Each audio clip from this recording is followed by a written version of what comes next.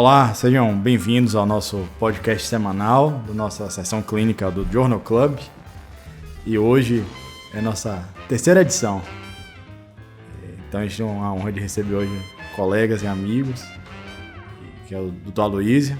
O Dr. Aloysio foi um aluno na Liga de Neurologia na UESB e atualmente trabalha conosco aqui na clínica.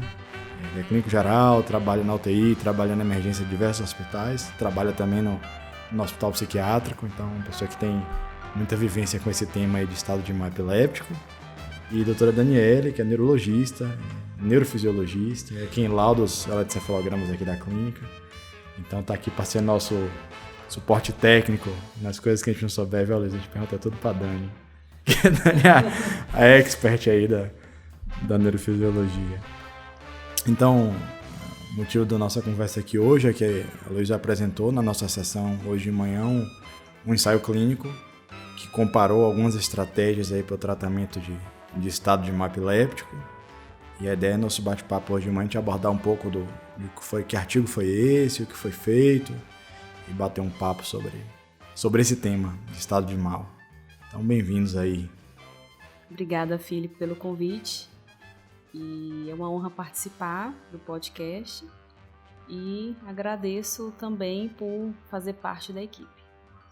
Eu também agradeço fazer parte da equipe, é uma honra aqui estar junto com o Felipe e Dani. E, assim, motivo de nervosismo, né? Tá diante de duas grandes pessoas, assim, né? Eu devia ter tomado um pouquinho mais de Rivotril hoje para chegar aqui mais tranquilo. Acho que minha dose tá muito baixa. Não foi a dose pra estar de mal, não.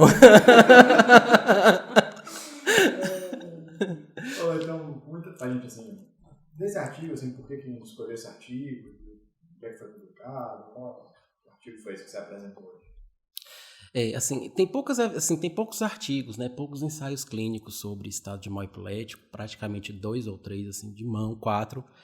E esse foi um artigo que foi publicado em novembro do ano passado, assim, bem recente, que vai comparar 3 anticonvulsivantes, o levetiracetam, o idantal e o valproato venoso, como para os pacientes que não responderam ao benzodiazepínico. Então, o estudo avaliou em 57 hospitais americanos, crianças e adultos, né, até idosos foram avaliados, e esse estudo basicamente queria saber qual dos 3 era melhor. Então, qual anticonvulsivante a gente vai usar como segunda opção, a opção ao benzo, né, uma vez que o benzo não cessou a crise, e qual seria o melhor. Então, apesar de tanto tempo que a gente discute estado de mal, as definições ainda estão engasgadas, muita discussão em relação ao tema, qual benzo utilizar. Então, aí ficou essa conclusão aí do levetiracetam, do valproato e do depaquine, do idantal, perdão.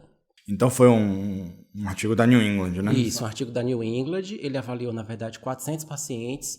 Esses pacientes foram divididos em 3 grupos, né? Eles foram randomizados, um estudo duplo cego, multicêntrico. E os pacientes, assim, o médico era cego, o paciente era cego, escolhia uma dessas drogas.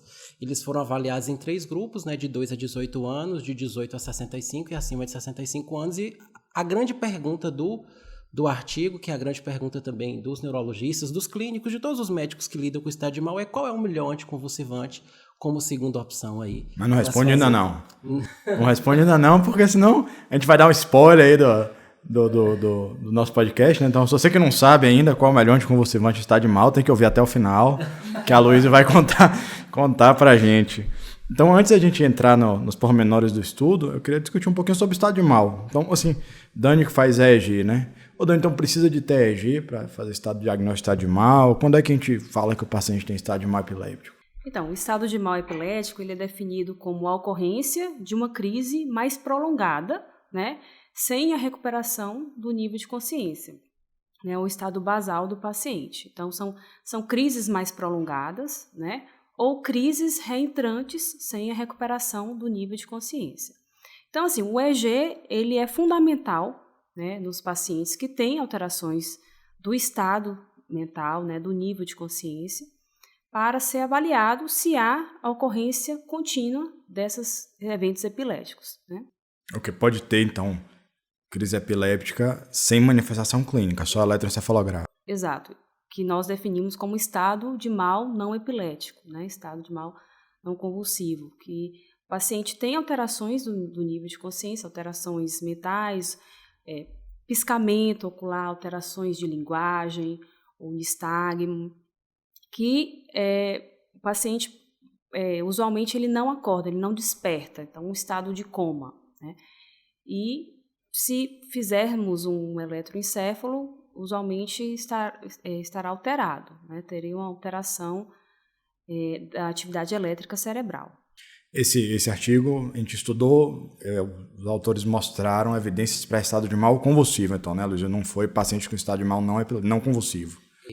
Na verdade, assim, o artigo não avaliou com eletroencefalograma. É uma crítica, assim, que a gente faz. Não teve eletro para os pacientes. A manifestação tinha que ser obrigatoriamente motor. O médico tinha que observar se cessou as crises tônico-clônicas, mioclônicas, né, nistagmo, e melhora do nível de consciência em 60 minutos, depois que iniciou a droga. Então, a gente só tinha esses dois parâmetros. Ou cessava-se a manifestação motora da crise, ou, né, melhorava o nível de consciência. Mas, apesar disso, é bem próximo da realidade da gente. A gente não tem eletro disponível na emergência e nem mesmo na UTI. Assim, Conquista, Bahia, creio que a nível de Brasil, poucas unidades de terapia intensiva ou poucas unidades de emergência têm um eletro. Então, na prática clínica, a gente se vira sem o eletro mesmo, infelizmente.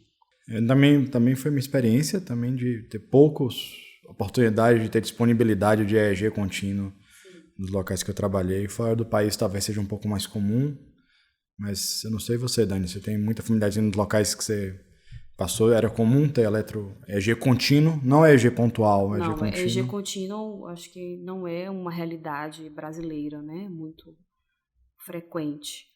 Então, é uma dificuldade muito grande. Então, nós temos dificuldade para ter o eletroencefalo de 20 minutos, né, o paciente internado, né, em muitos hospitais públicos. Imagine um eletrocontínuo, né, que a gente sabe que o eletrocontínuo ele vai avaliar a atividade elétrica cerebral por um tempo mais prolongado e ele vai ajudar tanto no tratamento, né, para guiar a terapêutica, e para avaliar o prognóstico, inclusive, né? Então, a gente sabe que o eletrocontínuo, ele, além de avaliar ser importante para os pacientes com estado de mal, ele é importante, inclusive, para a avaliação de perfusão cerebral em alguns pacientes, por exemplo, com hemorragia subaracnoide, né? Então, é de extrema importância e, infelizmente, não temos tão disponível. Mas, graças a Deus, parece que para essa conversa desse protocolo de estado de mal que eu estou propondo, a gente não precisa. Dá para sobreviver sem. Dá para fazer. Tá bom. Então, a gente estava nessa ideia de que o que é estado de mal, né? Então, estado de mal é uma crise epiléptica que se prolonga e parece que esse tempo, de quanto tempo isso tem que durar, cada dia que passa diminui, né, Luiz? O que eles sugerem aí como tempo? A partir de quanto tempo a gente deve se preocupar e pensar que o paciente tem estado de mal? Assim, o estudo, né, o artigo da New England de novembro do ano passado coloca 5 minutos, né? É uma decisão assim arbitrária, né? Os estudos ainda, a gente viu que historicamente considerava-se 30 minutos há um tempo atrás, ou um estado de mal epilético definido como qualquer crise que durasse tempo suficiente para gerar lesão, mas a gente considera 5 minutos, né? Ou múltiplas crises sem retorno do nível de consciência ou que tenha déficit neurológico. Ele considera assim: o paciente tem que ter uma crise maior do que 5 minutos ou múltiplas crises sem retorno ao nível de consciência. Então, essa é a definição operacional, a definição do artigo e que creio também da prática clínica da gente. A definição conceitual é uma falha, né, dos mecanismos de retorno do paciente ao estado prévio, né, ao mecanismo de cessar uma crise. Essa é a definição conceitual, né? Então, uma importante consequência disso, não sei se vocês também percebem, mas eu vejo que muitos pacientes às vezes são super tratados, né? Às vezes o paciente tem uma crise epiléptica, o paciente já é epiléptico, muito frequentemente isso acontece e esquece de tomar o remédio, tem uma crise epiléptica e vai para o pronto-socorro. Então é importante também te dizer para as pessoas que o que não é estado de mal e que muitas das coisas que a gente vai comentar aqui não devem ser feitas em alguns casos, né? Então, o paciente teve uma crise epiléptica, voltou ao normal nível de consciência, isso que a gente está a falar aqui hoje, de usar a dose de ataque de anticonvulsivante, eventualmente como anestésico, isso não se aplica, né? Não é todo mundo que chega no pronto-socorro que vai precisar receber dose de ataque de fenitoína, como às vezes a gente vê acontecer. Não sei se vocês têm essa essa impressão também. Sim, Então, assim, o paciente tem uma crise convulsiva, né? É importante avaliar o retorno ao nível de consciência, né? Então, se o paciente ele tem um retorno, muitas vezes ele evolui com a sonolência, né, pós o evento. Não necessariamente isso é uma crise convulsiva que se mantém, né? Então, não necessariamente ele está em estado de mal, né? Então, ele está com sinais pós o evento que ele apresentou, né? Pós a crise convulsiva. Então, João, uma vez que é de verdade estado de mal, né? Uma crise que se prolongou ou eventualmente teve crises e antes de recuperar a consciência teve outra crise, ou seja, crises repetidas sem retorno de consciência, a gente faria esse diagnóstico de estado de mal e é o paciente que a gente vai começar a tratar de maneira mais agressiva, né? Então, talvez agora você pudesse começar a falar para a gente do artigo, assim, como os seus critérios, quem foram os pacientes que ele randomizou, quais foram as estratégias que a gente comparou. Então, assim, o artigo ele vai considerar o paciente que foi diagnosticado com estado de mal epilético, né, como a gente já colocou. É um paciente que tem uma crise prolongada, uma crise de 5 minutos. Ele colocou pacientes que obrigatoriamente tinham que ser acima de 2 anos de idade, né, não havia limite de idade, mas tinha que começar com 2 anos de idade e que recebeu uma dose adequada do benzodiazepínico. Esse benzodiazepínico poderia ser ou diazepam, 10 mg, né, venoso, ou lorazepam, ou midazolam também, que poderia também ser intramuscular. O midazolam, 10 mg intramuscular. Ele considerou como dose adequada essas doses. Então, a gente habitualmente faz 10 mg de diazepam, depois repete, mas ele considerou 10 mg de diazepam como dose adequada, 4 de lorazepam e 10 de midazolam. Quando esses pacientes receberam essa dose e mantinham crise, né, convulsiva, esses pacientes eles eram randomizados para receber um dos 3 anticonvulsivantes avaliados. Que foram levetiracetam, o valproato, né, o Depakine e o Idantal. Então, foi comparado esses 3. Então, o paciente recebeu a dose adequada de benzo, permanece com crise, aí ele foi randomizado para receber um desses 3 anticonvulsivantes para avaliar qual dos 3 é melhor, qual dos 3 é mais seguro, qual dos 3 seria o mais indicado para a gente optar como primeira opção. Salvo engano, nos Estados Unidos eles usam fosfenitoína, né, e não fenitoína como a gente tem aqui, mas muito provavelmente a gente pode extrapolar e dizer que as coisas são semelhantes. O artigo traz a fosfenitoína. A gente extrapola o edental, que é o que a gente faz aqui, né? Fenitoína. Bacana. E o que os resultados mostraram, assim? O que é melhor? Pois é, o estudo ele se desenvolveu durante um tempo, né, 400 pacientes, e aí foi avaliado, né, se o paciente, assim, tanto o perfil de segurança quanto o perfil de eficácia. Interessante que eles avaliaram o seguinte: recebeu a droga, deu start da droga, tempo 0. Quanto tempo essa droga fazia com que aquela crise cessasse, por exemplo? Quais eram os efeitos colaterais que aquela droga trazia? Se aquela droga, por exemplo, era segura e se essa droga era eficaz. Os resultados foram bem próximos. Uma tendênciazinha de melhora em relação ao levetiracetam, um pouco melhor, mas sem relevância estatística, né? Então, basicamente, assim, o tempo, né, o valproato foi o menor, com 7 minutos. Mas, assim, a diferença das drogas não tem muita relevância, não teve tanta relevância estatística. Basicamente, as 3 foram eficazes para controle em basicamente metade dos pacientes. Ou seja, 50% dos pacientes que tiveram estado de mal que não melhoraram com o benzodiazepínico vão responder a um desses remédios. Aparentemente sem uma diferença. Parece que um não é melhor do que o outro. Interessante. Uma pergunta que, inclusive esse mesmo artigo foi motivo de um podcast da Neurology, acho que do mês passado, se não me engano, e eles fizeram uma reflexão muito interessante que eu nunca tinha pensado. Assim, por que então que a gente não passa direto para um coma anestésico, né? Tipo assim, tem um paciente com estado de mal epiléptico que é uma doença grave, né, que pode chegar talvez até 20% de mortalidade, a depender da causa. A gente sabe que os pacientes que não melhoraram com benzodiazepínico, menos da metade vão melhorar com o anticonvulsivante venoso e você vai perder pelo menos 1 hora e meia hora de tempo desse paciente convulsionando, eventualmente com risco de broncoaspirar. Então, por que não pular essa etapa e fazer direto anestésico venoso? Na verdade, a reflexão do artigo é essa, né? Então, estudou-se... O objetivo desse anticonvulsivante é livrar o paciente de uma estadia na UTI, de uma intubação orotraqueal, das complicações da ventilação mecânica. A gente sabe que esse tempo prolongado de ventilação mecânica, de anestesia, ele traz complicações para o paciente e aumenta a mortalidade. O paciente vai eventualmente passar 24 a 48 horas sedado, intubado, como estratégia de coma anestésico para a crise, ele vai ter complicações associadas a essa prótese ventilatória utilizada. Então, já que a gente tem uma eficácia de 50% dos pacientes, esses pacientes em si podem ser livres, vamos por assim dizer, desse tubo.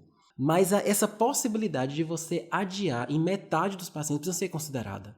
Precisa ser refletida de que metade dos nossos pacientes, metade dos pacientes do estudo melhoraram com o anticonvulsivante, o benzodiazepínico mais um anticonvulsivante, e se livraram de uma intubação, de prótese ventilatória. E do ponto de vista econômico, um dia de terapia intensiva, o tempo de estadia na terapia intensiva não sai barato, tanto para o setor privado quanto para o setor público. Então é nosso papel tentar evitar isso para o bem do paciente, e do ponto de vista econômico também é uma coisa que é válida a reflexão. Bacana, é exatamente essa reflexão que eles fazem no podcast e me chamou a atenção isso. Então, na verdade, quando você dá um anticonvulsivante, essa segunda droga tem uma finalidade, é evitar a intubação. É como se a gente estivesse comprando uma chance de evitar que esse paciente vá precisar de ser intubado e os riscos associados, instabilidade hemodinâmica, ventilação mecânica. Eu achei muito interessante, eu nunca tinha pensado dessa maneira. Apesar da gente fazer, assim, eu acho que uma outra coisa muito bacana desse artigo é que a gente vê que é um exemplo de que a nossa prática está alinhada ainda com as recomendações internacionais, a gente está fazendo o que é para ser feito mesmo. Mas eu nunca tinha feito essa reflexão do anticonvulsivante como uma droga para poupar a intubação. Eu acho interessante também o tempo do início do uso do benzodiazepínico. Então, quanto mais precoce, mais cedo usar o benzodiazepínico no início da crise, mais rápido vai ser o mecanismo de cessar esses eventos epiléticos. Então, a gente vê muito na prática, demora, então, o paciente está convulsionando e, às vezes, difícil acesso, difícil adquirir a droga e existe uma demora para ser administrado esse benzodiazepínico. E aí, Dani, faz o quê? Chegou lá convulsionando, tem estado de mal, aquele desespero, a equipe de enfermagem não consegue pegar um acesso venoso para fazer diazepam. O que pode ser feito? Pode ser feito o uso retal, do benzodiazepínico, e tem o uso intramuscular também do midazolam, Então, habitualmente se usa o acesso venoso, do diazepam, mas pode ter outras vias também de administração desse benzodiazepínico. Inclusive, midazolam intramuscular é uma estratégia muito interessante, que a gente vê sendo pouco usada nas unidades de emergência, mas é uma medicação fácil de ser administrada e tem, inclusive, um ensaio clínico, mostrando superioridade dessa estratégia em relação ao diazepam venoso no pré-hospitalar. Então, acho que é uma mensagem legal para a gente passar para as pessoas lembrar dessa alternativa. Então, por exemplo, um paciente adulto usaria quanto de midazolam? Como faria, Luísa?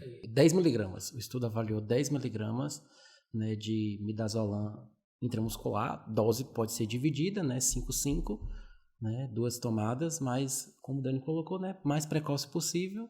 É uma estratégia importante para o pré-hospitalar. O paciente está convulsionando, chamou o SAMU 92, o regulador, o médico do SAMU pode já começar a fazer a estratégia de intramuscular de midazolam. O paciente já está sendo conduzido para a unidade de emergência, poupa tempo, começa a fazer o benzodiazepínico mais cedo, e evita aí as complicações.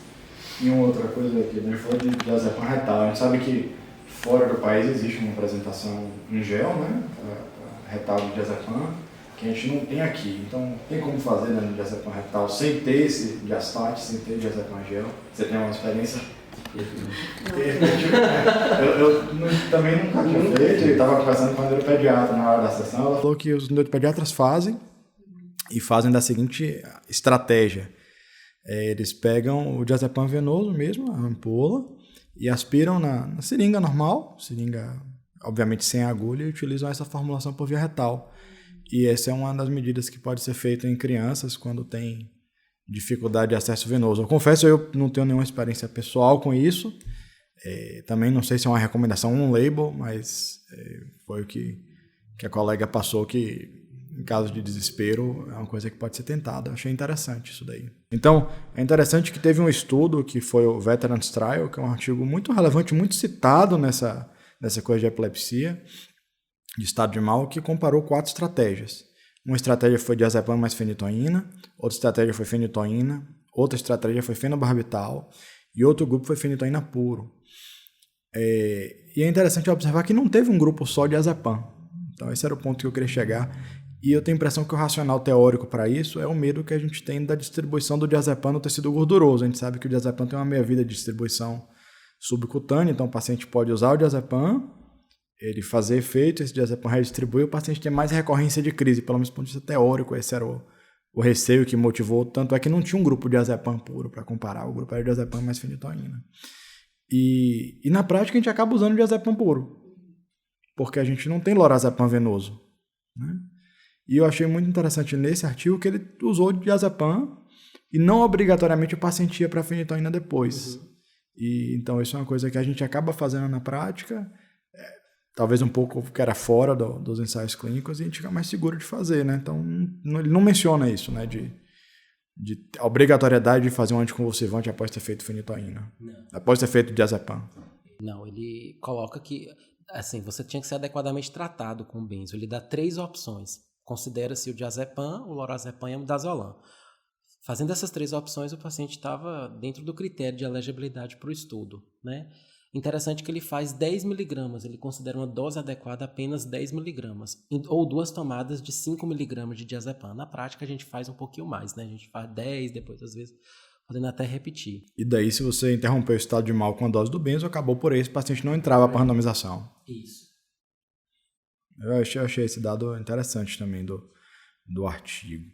E a partir daí, vamos supor que o paciente chegou no hospital, então você está de plantão aí, e chegou um paciente em estado de mal epiléptico, então vai fazer o benzodiazepínico, né? A partir daí, se o paciente não melhorou com o benzodiazepínico, o segundo passo desse fluxograma imaginário seria usar um dos 3, a gente já sabe agora que os 3 são eficazes, tanto fenitoína, como azovalproil, como levetiracetam, com a ressalva de que a gente não tem o levetiracetam venoso no Brasil. E vamos imaginar que o paciente continua convulsionando, tá? Continua, o estado de mal não cessou. O que seria a próxima etapa?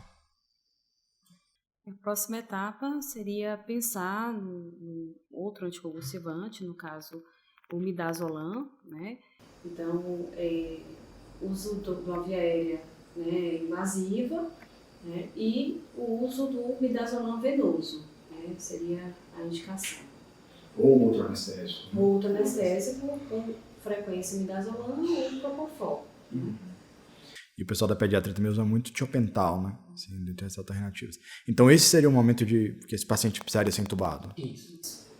Por conta provavelmente depressão respiratória, né? Causada pelo benzodiazepínico e as crises reentrantes. Então a gente já considera um estado de mal refratário.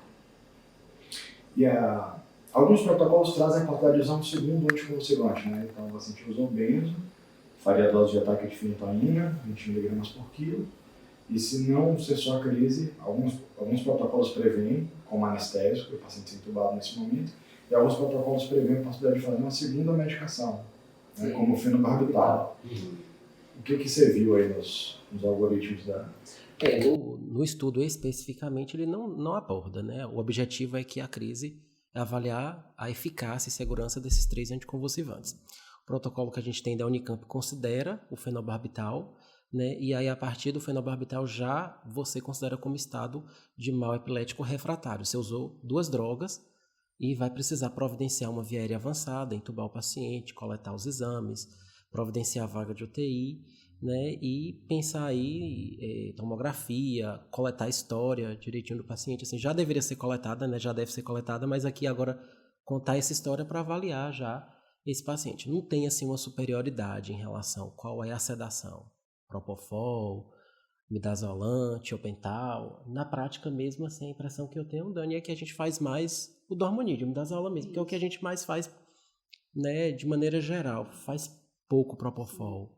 Eu achei uma coisa super interessante que você falou sobre buscar a causa, né, do status. Acho que é importante isso, né?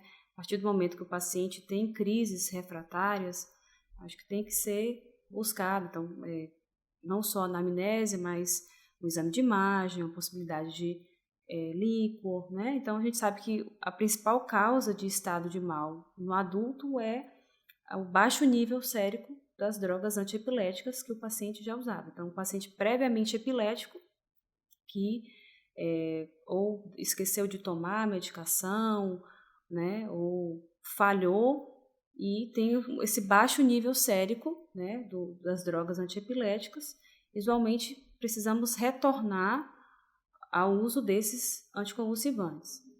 E, além disso, síndrome de retiradas, né, de outros medicamentos, abstinência alcoólica e a busca ativa. Então, avaliar se o paciente tem alguma alteração no exame físico que indique alguma lesão, né, alguma isquemia. Então, o exame de imagem é interessante.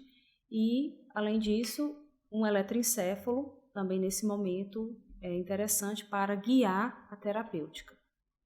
Interessante, assim, Dani falou das causas, o protocolo é uma coisa que no desespero às vezes a gente faz pouco, valoriza pouco. O paciente chegou com crise, é importante fazer uma glicemia do paciente, né? Verificar se tem uma história de alcoolismo, ou quando a gente não tem como descobrir, tá na emergência, a gente não consegue coletar a história, fazer tiamina, fazer uma solução glicosada, né, para o paciente. Então isso é antes até mesmo do benzo, né? Claro, não deve retardar o benzo, a gente tem que ser rápido nisso. Mas é uma coisa que a gente, na prática, às vezes, no desesperar da crise, querendo fazer logo as medicações para acabar logo a crise, a gente esquece de sentar, ver direitinho. Já era epilético, usava o quê? Vamos coletar uma glicemia, fazer essa história rápida, né? Que é muito importante, né? Precisa ser rápido, mas precisa valorizar a história clínica do paciente. Hipoglicemia é um grande enganador da neurologia, né? Então, um grande simulador de outras coisas, entre elas episódios stroke-like, né, que parecem AVCs, stroke mimics. Então é fundamental essa etapa aí, seria um primeiro passo, né? O paciente chegou no pronto-socorro antes mesmo de medicar, sinais vitais, oxigênio, o ABC, né? E entre essas coisas a dosagem da glicemia, e se tiver baixa, obviamente repor, e tiamina se tiver suspeita de ter feito uso de álcool, né? Então, a gente estava falando do estado de mal refratário. Então, esse paciente que chegou no pronto-socorro, usou benzodiazepínico, usou anticonvulsivante 1 ou 2, dependendo do protocolo. Isso, geralmente, a gente está falando de quanto tempo desde que o paciente começou a convulsionar, Luísa? 1 hora. 1 hora. Então, seria esse o tempo que o paciente vai precisar estar sendo entubado. E eu queria perguntar, Dani, o seguinte. Aí, depois que você anestesiou a pessoa, pode acontecer duas coisas, né? O paciente vai estar em coma anestésico, como o próprio nome diz, e pode também o paciente ter tido uma falência neuromuscular, da atividade muscular, e pode estar tendo crises que a gente não está enxergando. Seria mais ou menos o equivalente daquela coisa que a gente chamava antigamente de dissociação eletromecânica da parada cardíaca, que hoje a gente chama de AESP. O paciente epiléptico pode ter uma coisa mais ou menos parecida com essa, né? Ele está tendo crise eletrográfica no cérebro, mas não está tendo contração muscular visível. Como é que a gente resolve esse problema? A gente não sabe se o cara está em estado de mal ainda. Você sedou, a pessoa está entubada, você perdeu um pouco do parâmetro clínico. Como é que a gente vai saber se está funcionando ou não o tratamento? Essa é a hora ideal do uso do eletroencéfalo, né? Então, o eletroencéfalo vai guiar, né, o nosso tratamento. Então, precisamos avaliar qual atividade elétrica que o paciente apresenta. Então, existem alguns padrões típicos de pacientes com epilepsia, com estado de mal, e, por exemplo, crises eletrográficas, né, reentrantes, ou alterações como alentecimentos focais, né, alterações como estado periódico, né. Então, existem padrões eletroencefalográficos que induzem, né, ao diagnóstico de estado de mal não convulsivo. Se observarmos esses padrões eletroencefalográficos, existe a indicação do tratamento né, assim, aumento de doses de medicamentos, né, ou até acrescentar novas drogas. E com relação ao nível da sedação, se o eletro ajuda a gente saber o quanto que a gente deve aprofundar essa sedação? Sim. O eletroencefalo, ele também prevê, né, como o nível da sedação se encontra. Então, a gente tem alguns padrões, como padrão de surto-supressão, padrão de comas, que também guiam, né, como está esse nível de sedação. Então, no mundo ideal, esse paciente, a partir desse momento, seria monitorizado, né, para a gente chegar a um padrão de surto-supressão, que seria mais ou menos um padrão de supressão da atividade elétrica cerebral para parar as crises, e depois de um tempo a gente vai tentar tirar o anticonvulsivante. E o monitoramento do eletro vai poder dizer para a gente se teve ou não crise. E se não tiver, Aloysio, não tem eletrocefalograma contínuo, você entubou o paciente, botou na sedação contínua e botou na UTI. E aí, fica quanto tempo? O que faz? A recomendação é que a gente deixe o paciente de 12 a 24 horas, há alguns protocolos, 48 horas sedado. Após 24 horas de sedação, durante esse tempo de sedação, você está sedando o paciente, está fazendo esse coma anestésico com a ideia de você ter mais tempo para coletar a história clínica e já introduzir as drogas anticonvulsivantes que o paciente tomava. Então, habitualmente a gente faz um Depaquene via sonda, nasenteral, ou topiramate, ou a droga que o paciente realmente fazia uso, disponibilidade de avaliar isso também, alguns serviços.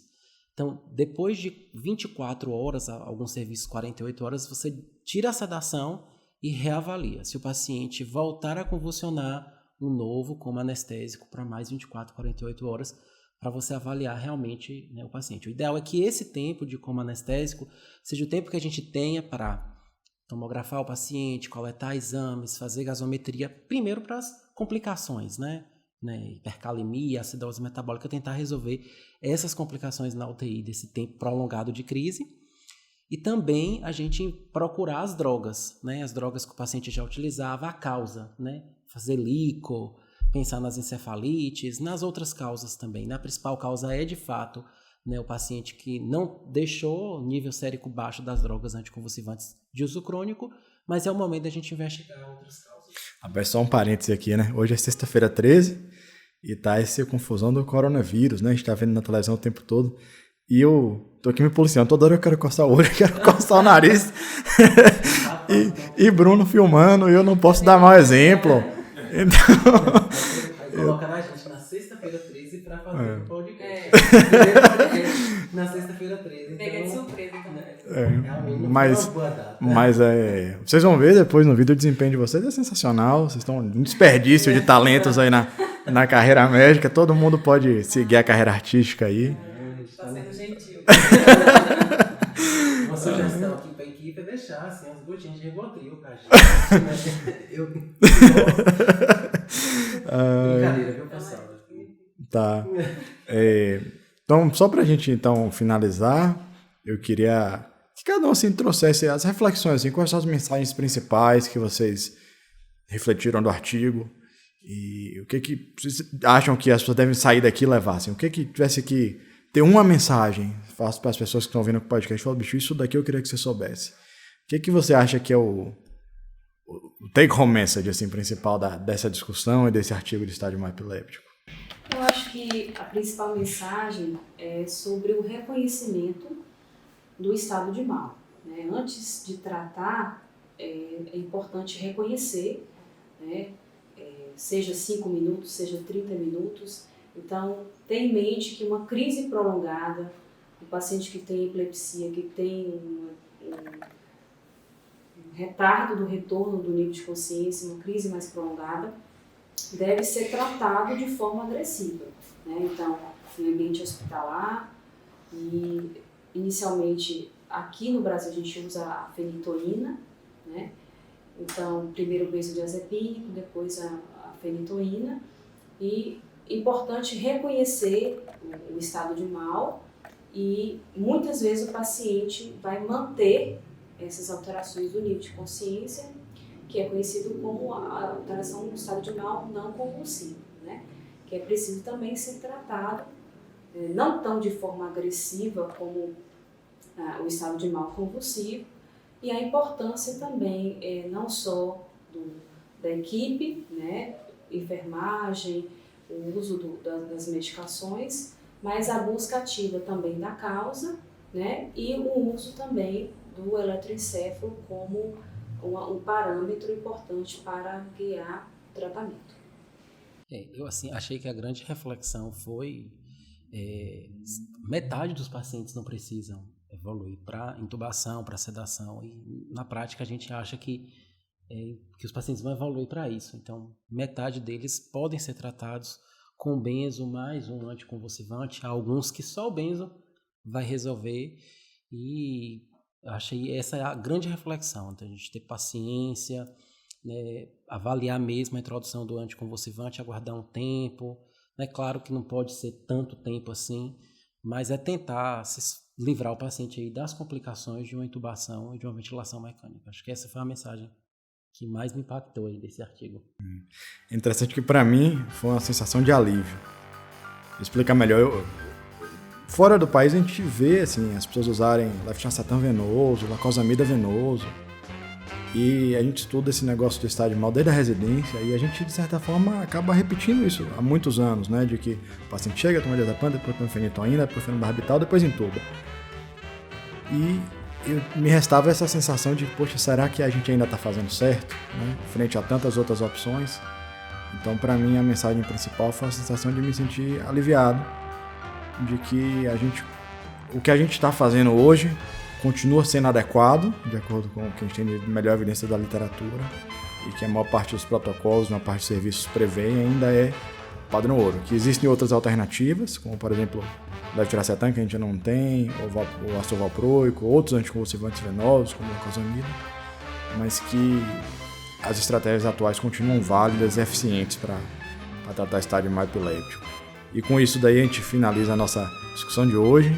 De novo eu queria agradecer vocês, achei que foi excelente, tenho certeza que o pessoal que ouviu vai tirar lições aí e aproveitar, e convidar para vocês assinarem nosso podcast aí embaixo, porque semanalmente, após as nossas reuniões clínicas, a gente vai estar gravando para que mais pessoas tenham acesso a essas informações e que isso possa promover a atualização e a educação continuada de estudantes de medicina e neurologistas aí de outros locais que não puderam estar aqui hoje. Valeu, obrigado.